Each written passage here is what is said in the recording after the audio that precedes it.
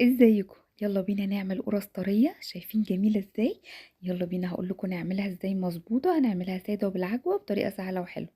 انا حبيت اوريكم شكلها. هي بصوا، طريه هشه جدا، تحفه، كانت جميله جدا ما شاء الله. يلا جربوها ان شاء الله بطريقتي وهتعجبكم. اول حاجه هجيب كيلو دقيق مخبوزات، يفضل دقيق مخبوزات. تمام. هنزل بيه وهنزل هنا بمعلقه خميره كبيره ومعلقه صغيره ملح ومعلقه صغيره بيكنج باودر.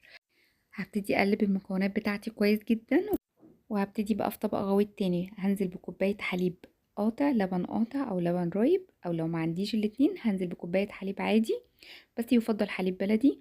ونزلت هنا بمعلقة قشطة كبيرة وكوباية زبادي، شركات او بلدي براحتكم. وهبتدي هنا انزل باربع معالق كبار سكر خشن عادي. وهبتدي بقى اقلب المكونات بتاعتي دي كويس جدا لحد ما احس ان اللبن راب كده. هركنهم على بعض دقيقتين لحد بقى ما نبس الدقيق بتاعي. انا هنا دي كوبايه سمنه على زيت، حوالي 3 ارباع سمنه والربع زيت. تمام. انا نزلت بسمنه بلدي، استعملوا اي سمنه انتوا حابينها. هبتدي اقلب السمنه بتاعتي في الدقيق، هقعد ابس فيه كده بالشكل ده. تمام. هيبتدي يكون معايا عجينة، بس لازم ابس واحدة واحدة كده بايديا الاتنين لحد ما يبتدي يعمل زي عجينة مفرولة. هحس ان انا في ايدي فيه فتافيت. تمام. هنيجي بقى باللبن اللي احنا ركناه على جنب وننزل بيه على الدقيق بتاعي، وهنبتدي نخلطه ونعجنه واحدة واحدة بالراحة. انا هنزل واحدة واحدة طبعا لان ممكن يكون الدقيق بيشرب السوائل كويس، فممكن يتبقى مني حبة من اللبن. تمام. فانا مش عايزة انزل كله مرة واحدة، وممكن يكون الدقيق بتاعي بيشرب السوائل وبيحتاج تاني يعني. في دقيق دايما بينكر السوائل اللي بتنزله. فاحنا هننزل واحدة واحدة لحد ما يتكون معايا عجينة. تمام. احتجت حبة لبن هزود، ما احتجتش خلاص هكتفي. بعد ما عجينة حوالي 10 دقايق، بالظبط 10 دقايق عجنت فيها كويس عشان لازم تتخدم عشان تديني نتيجة ممتازة. هبتدي اغطيها واسيبها في مكان حوالي ساعة. لو في الصيف هي نص ساعة كفاية، لكن لو في الشتاء او بداية الشتاء كده زي ما احنا دلوقتي سبتها ساعة بالظبط. تمام.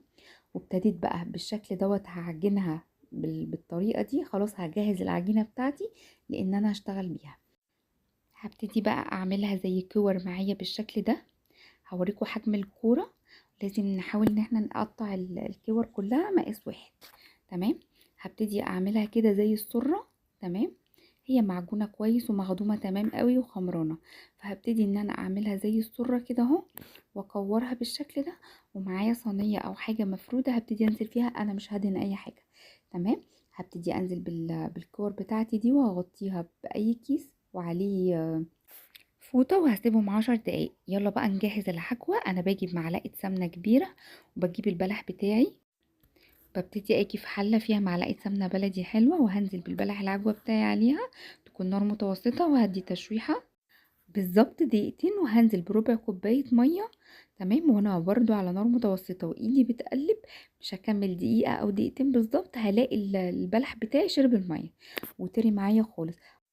هروح نازله عليهم بمعلقتين سمسم محمص وتقليبه تانية بسيطه، واروح طافيه النار وهبتدي استنى يهدى معايا وهكوره بالشكل ده.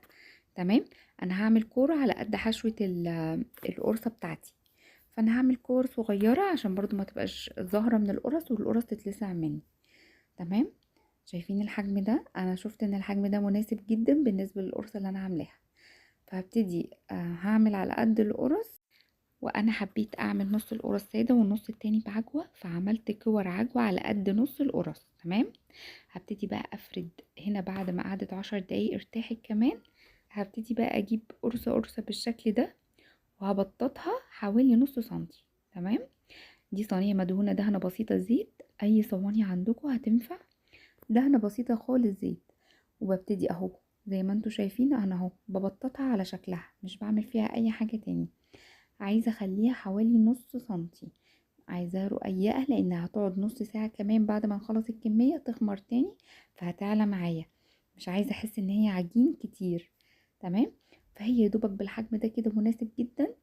ببتدي اخلص الكمية بتاعتي كلها. انا عملت صينيتين ما شاء الله، قضوا معايا صينيتين سادة وهعمل صينيتين 3 صواني بعجوة. تمام. اللي بعجوة بقى باجي بيها هقلبها على ظهرها وابتدي اعمل فيها زي خرم بالشكل ده، وهنزل بكرة العجوة بتاعتي وهبتدي اقفل عليها زي السرة. تمام. بس بقفل كويس عشان العجوة ما تطلعش مني، عشان لو ظهرت هتتلسع مني في النار. تمام اهو انا عملت زي سرة. هبتدي بقى اقلبها على وشها وهبطط فيها بالراحة خالص لحد ما تتفرد معايا وتبقى زي السادة برضو نص سنتي. تمام. الصينية دي برضو مدهونة دهنة بسيطة خالص زيت، وهبتدي انزل فيها بالقرصة بتاعتي بعد ما ادورها كويس، وهفردها كويس جدا. مش عايزين نرققها خالص برضو عشان ما تتلسعش او تبقى لما تخمر سمكها خفيف، لا انا عايزة حجم متوسط. تمام اهي ما عملتش فيها حاجة. هبتدي اخرمها بالشكل ده، هنزل فيها بقطعة عجوة وهبتدي اقفل عليها زي ما عملنا في اول واحدة كأني بعمل سرة. هقفلها كويس خالص، مش عايزة يبان مني اي قطع عجوة من بره عشان ما تتلسعش مني. هبتدي بقى ابططها بعد ما تتقفل عليها كويس. تمام هنبططها بالشكل ده ونحطها في الصينية. تمام هخلص بقى الكمية كلها وارجع لكم تاني. انا هنا بعد ما خلصت الكمية كلها حبيت اعلم اللي معمولين بعجوة عن السادة، فجبت قطعة البيتزا او ممكن سكينة زي ما انتوا حابين، وحبيت اعمل فيها شرطتين كده. ده حبيت اعمله في اللي هي بالعجوة.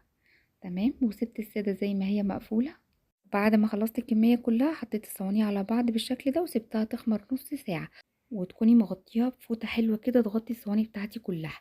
وبعد كده بكون مشغلة الفرن قبلها ب10 دقايق وادخل فيه الصواني بتاعتي على رف اوسط بالشكل ده على درجة حرارة 200.